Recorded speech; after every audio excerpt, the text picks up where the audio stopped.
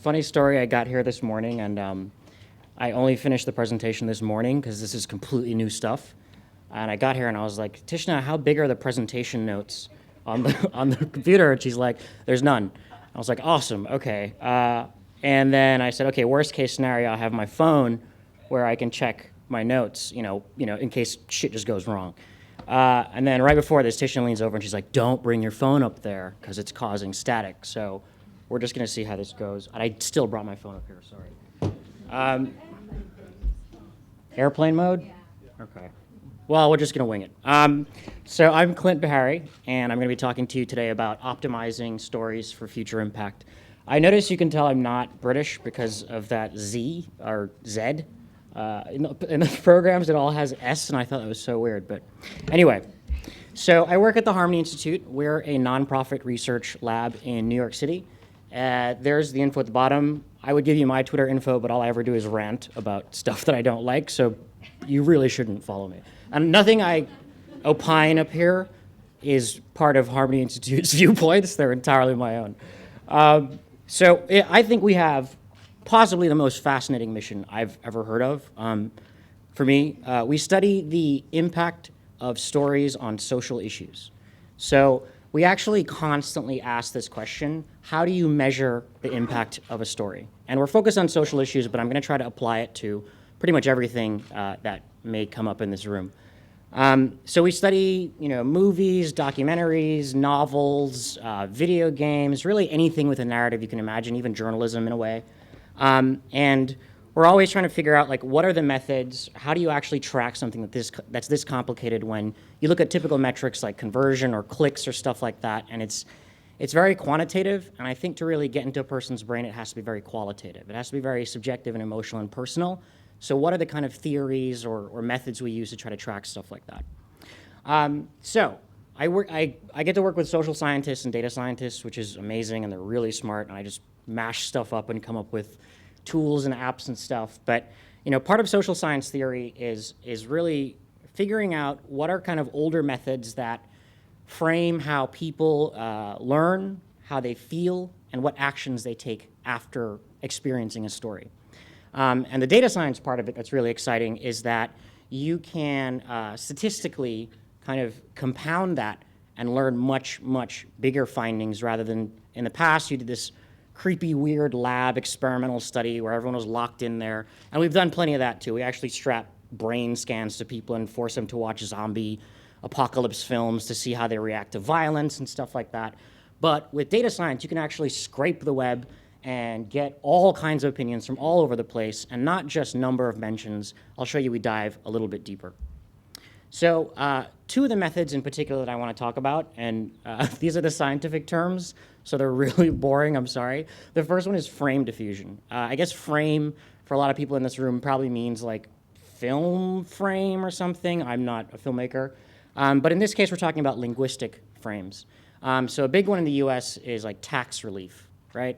Tax relief, you want that. You want to get away from that awful tax thing you have to do. But actually, it's like you're paying this membership fee to be a part of this society that has roads and not healthcare, sort of healthcare. But to localize that, I read The Guardian last night to try to make this British. And you guys have a GCHQ, right? It's like the NSA. And someone was accusing them with all these leaks that they had given a gift to the terrorists. They didn't aid the terrorists. They didn't help them. They didn't slip. They didn't make a mistake. It was a gift. And when you frame things like that linguistically, right, it really makes the people working at GCHQ sound like morons. Why would you wrap and present with a bow the secret, tracking data stuff? Of course, they didn't actually do that. But when you create a linguistic frame, you're essentially creating the context around a situation, and by merely repeating the frame, you kind of, not necessarily agree, but you push the interpretation of what that situation is like. And so that's a really interesting theory that I'm going to expand on to sort of forecast how you can optimize in the future. A really good example that everyone knows is global warming kind of changed into climate change. There's actually a lot of history and theory related to science funding and all sorts of stuff behind this that I can ramble on, but ultimately, the point is global warming, holy shit, the world is going to burst into flames. What do we do? Someone fix this now, right? Climate change, it's like, yeah, weather changes every day, whatever. I don't really care about this. It's raining, it's sunny, okay, climate changed. But global warming, terrifying. So what do you think, which one of these linguistic frames is really going to actually get people to understand, care, and maybe take action about it? And when you have access to big data, in a way, you can scrape and pull stuff like this. And it's not just, how much people talk about things, it's what they're saying and sort of the quality of their conversation, not just the quantity. So one study we did maybe a few years ago was for this documentary called Waiting for Superman, if anybody's heard of this. It's about just how fucked the education system is in America, and like all these kids are struggling in schools and public schools and trying to get into charter schools. And there's this terrifying scene where essentially like through a lottery system, you are randomly picked to go to a good school, even if you worked just as hard as other kids. And it's horrible. And so, if you actually look carefully at the script and the film, there are certain frames and metaphors that they're using throughout the story. And then we track all press coverage of that film, and you can see essentially which are the frames and metaphors that resonated with the public and which are the ones that just completely missed it. So lottery is number one, by far and away.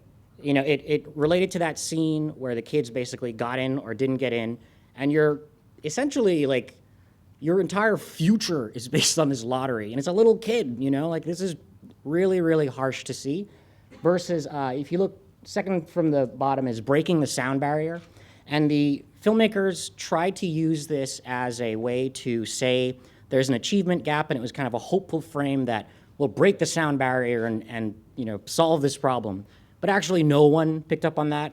Can anyone even name the sound barrier speed? Anyone? No, I don't know. It's 600 and something miles per hour, I think. But if this film was about pilots training to go to flight school, I'm willing to bet that frame would have resonated a lot more than it did in this kind of educational context. So how do you carefully pick the frames and the metaphors that relate to the issue and will empower or convince people to care more about it and take some action?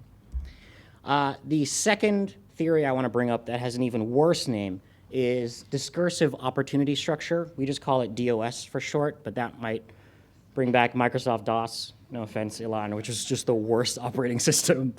Sorry. So anyway, we'll just call it DOS. Speaking of bad frames, if anyone has a better idea for this concept, please tell me about it. So discursive opportunity structure is really interesting. Essentially, you have a discussion, and where frames, we were previously tracking these sort of units of understanding or units of opinion in these frames. Discursive opportunity structure is really about zooming out and looking at the full discussion around something. What is the structure of it across all the different audiences, all the different viewpoints, and where are there gaps? Where is there that white space to actually step in and change the conversation? Where are there opportunities? So a really good example of this, does anyone know where this is from? Gasland, awesome. So Gasland was this documentary that came out, I think last year, and it was really popular. And it's all about hydraulic fracturing. I might have said that wrong. Short term is fracking, much better frame. And before this film came out, if you run scans on the web for press, social media, any mentions around fracking, you see names of big fracking companies.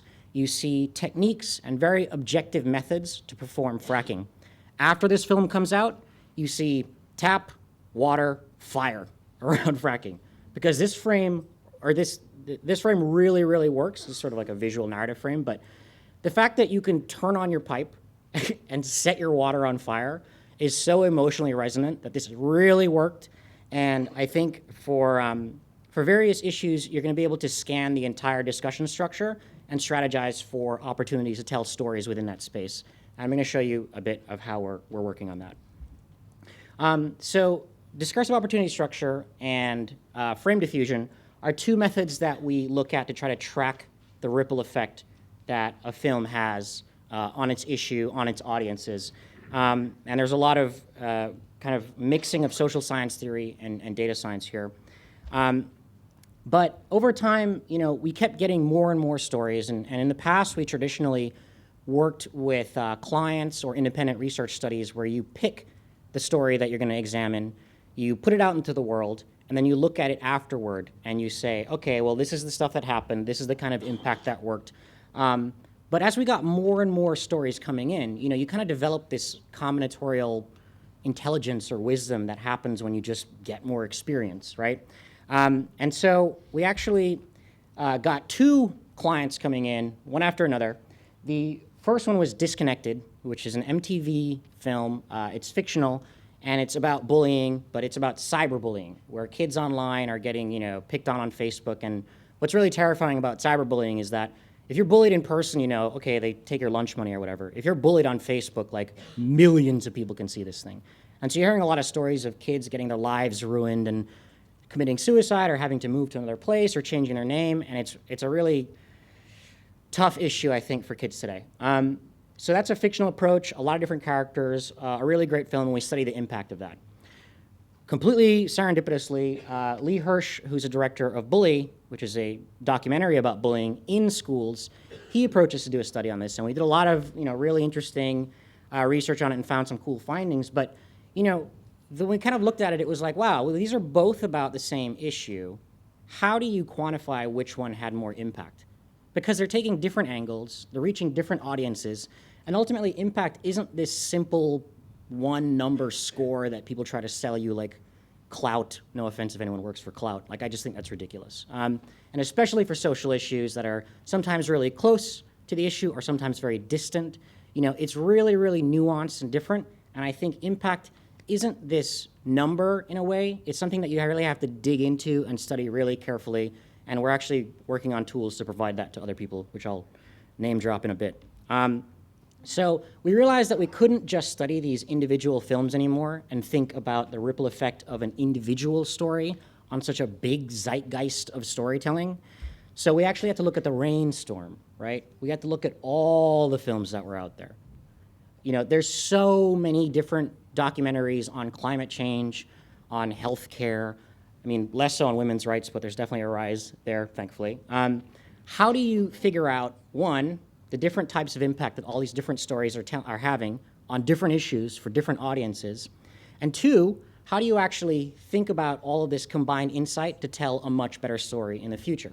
And that's actually a lot of what big data does. It scans tons and tons of data in the past and then kind of remixes it and projects into the future that yesterday it rained, normally on this next day it rains because you're in rainy season or whatever. It's not necessarily right, but it does some attempt at forecasting based on past cumulative data.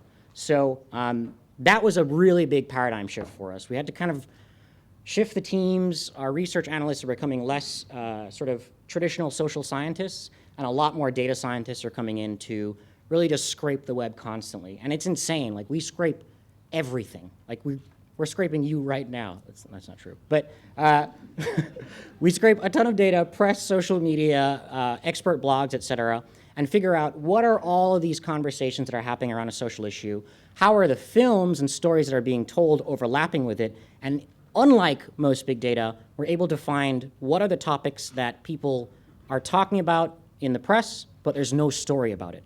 So we're actually creating new opportunities for stories that people haven't thought about aspects of issues that are being neglected.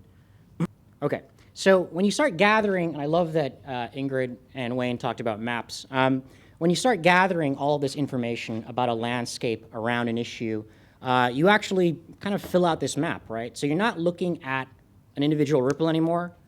You're looking at a rainstorm, and in fact, when you have something like this, you can look at a sunny day, a hurricane, a tornado, or earthquake, whatever. You can actually analyze all types of issues, all types of phenomena and movement, and use this kind of satellite to track at a higher level what's going on with a combination of all these different stories within the space. And that's really where you can get into forecasting, which is the heart of this talk. That was probably a really long buildup, but it's a lot of theory you have to kind of get before you can see how we're trying to project on it. So with forecasting, like I mentioned, it's about taking lots and lots of data from the past, looking at how that maps out, looking at where there are opportunities and what has worked in the past, what hasn't worked, and how can you learn as you move forward to create a new story. So everything I'm showing you is based on this metaphor of physical maps. You saw that Facebook thing, that glowing blue light one that always looks cool. And everyone gets geographic maps, but what do maps around issues and what do maps around impact and influence look like? So I would dive right in, but I have to give you a bit of an intro to the app that will do this. So this is kind of a sneak peek. This is an app we're working on called Impact Space. It's launching spring 2014. Hopefully, I have to design it, so we'll see how that goes. And it's based on a solar system metaphor. So each social issue has its own sun, and each of the planets around that sun are different films that have taken an approach to that issue. So in this case, this is the healthcare solar system.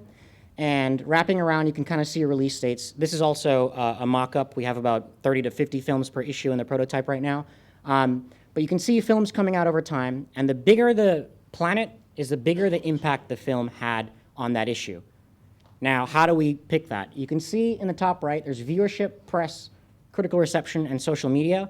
And we're using those quantities to fit inside the planet and essentially size the planet. All of those are also on sliders, so you can kind of, based on whatever you think is the most important metric for your type of impact for your story, that's what you can kind of scale and check on. And so here you're seeing one map, right? This is sort of a map of the types of films that have come out around issues. Now the radius, which is how close it is to the center, that's actually based on how much it covers the issue. So we actually scan the scripts of all of these films and figure out what is that film about, what is the different approach to that same story, and the more it covers about the issue is the closer it is to the center. So something like Sicko and Escape Fire are very comprehensive takes on the healthcare issue, and that's why they're so close to the center, versus something like Unknown White Male is this one personal story about one guy who wakes up in Coney Island with amnesia and briefly brushes against the healthcare system. But actually, we have several issues, and you can see how in education, for instance, very tiny personal stories are very successful, versus economic inequality. It's really important to have a very comprehensive approach to the issue.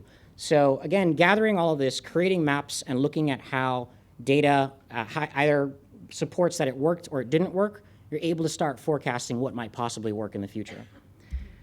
Okay, and now this is the cool part of the app, in my opinion. So thinking of frames, again, thinking of discursive opportunity structure, here is actually the discussion structure around healthcare. These are about the top 50 most common terms used when in the press and in social media and on expert blogs about healthcare.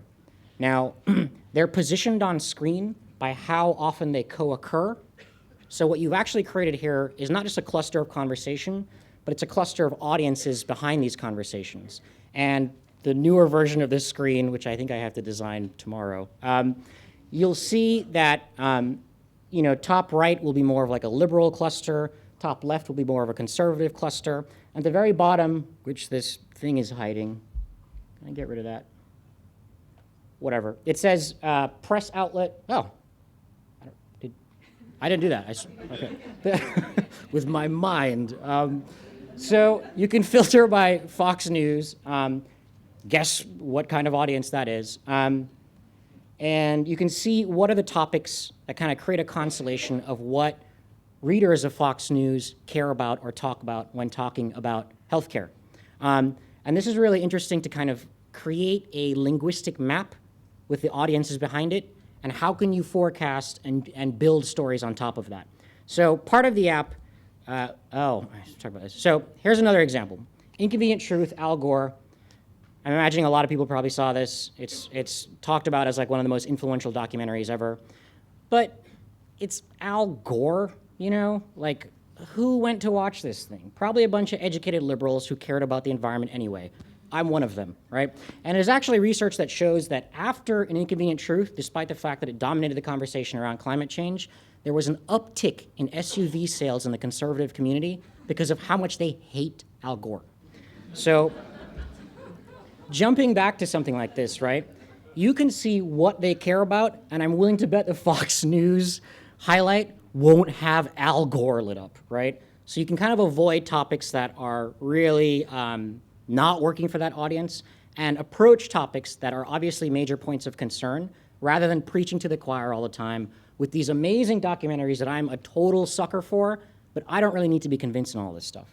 You know, how do you convince a lot of other people out there? You have to figure out what they're talking about, what language they're using to even get a seat at the table to try to convince them in the first place. So a really exciting feature of the app, and this is from talking to a lot of filmmakers and failing very fast, as Ingrid pointed out. We allow people to upload the script of the film they're working on for at any point in the process. So this could be your first pass at the draft. This could be at the very end. You enter in the expected release date and a few other metadata pieces. And what we actually do is put it back into that same map. And it analyzes all of the words in your script and shows you what are the topics that your film is about, right? So in this example, we have one filmmaker who is trying to make a documentary about healthcare, and they're talking about lobbying. They're talking about the incentive system for doctors to treat more patients rather than treating each patient very carefully. And they're talking about concierge healthcare, which is an alternative way to get healthcare around Obamacare. And these are all really interesting, smart topics, and I would totally watch this documentary. But let's jump back to our Fox News audience, right? How much does that overlap? You're pretty much missing it. And you can have all the box office numbers you want, and you can talk about all the clicks and all the metrics you want, but if you're not hitting the audience, again, you're preaching to the choir. So in this example, you know, we don't want to, and this is kind of controversial, we don't want to tell creative storytellers that give up on your artistic license. Here's a template of the topics that you need to talk about in your film if you want to do that. That's a lot more, I think, design than art in a way. What we want to do is kind of hint at least other topics that are going to come up or rebuttals that'll come up from core audiences that are not being addressed in your film. So looking at Fox News, right, they're talking about the cost of healthcare. They're talking about statistics around how many people hate Obamacare. And I love this one, concierge healthcare, which is this alternative plan where you can pay a doctor a retainer fee for like a year and always get regular visits from a really great doctor. Fox News is reframing it as Rolls-Royce medical care, right?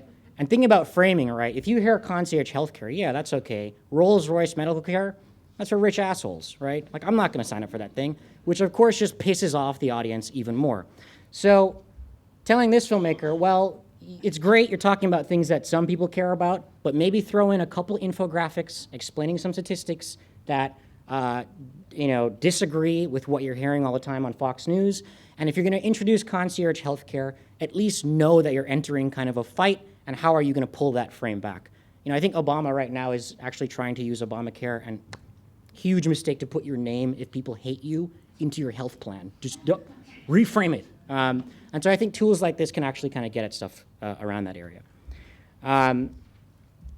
Right, so how do you apply this to other fields? I know a lot of people here probably care about social issues and storytelling, but in a way, you have ROI and a lot of other things to worry about in the for-profit world. So I think I'm going to try to abstract this a bit and apply it to a lot of other things. Frame diffusion, right? It's not just the volume of the conversation, it's what they're talking about. And when you're looking at who tweeted or who said what, I think, Ilan, you showed that example of, was it the quiz, right? Like one of the frames of diffusion there that would really work is like, holy shit, that means it's working really well. I would scan for that frame and know that those people loved it rather than people who just mentioned something, because that's just an uptick. It's quality of conversation, not just quantity. And again, discursive opportunity structure. How do I speak their language to communicate in the most influential manner? You have to look at what everyone's saying, the language they're using, which comes up in this like cross-discipline collaboration thing as well. And if you can't figure out how people use words to express what they think or what they care about, there's no hope of influencing them. It's like some lunatic walks in here and starts speaking, Swahili. I don't know if anyone can speak that. To me, no matter what your point is, I don't get it, so I'm not going to care about it. So I think this is really important no matter what field you work in, is do your research on not just your audience and your topic area, but what else do they talk about? My boss, for instance, is a really big surfer, and whenever I need to hook him on an idea, I'm pitching and it's not working, I'm like, it's like a wave, you know? And then he's just like, oh, great, I don't even need to hear the rest. Here's the money, do it. So it's not necessarily manipulative, at least if you're doing it for a social issue, but think really carefully about what's going to work for certain audiences and certain issues. Okay, so I think I'm going to wrap up. I'm really happy to talk to anyone about how this could apply to other fields and other issues, because I don't really know everyone's background here. Harmony Institute, there's our website and Twitter. Feel free to follow us or ask questions. And that's it. So thank you.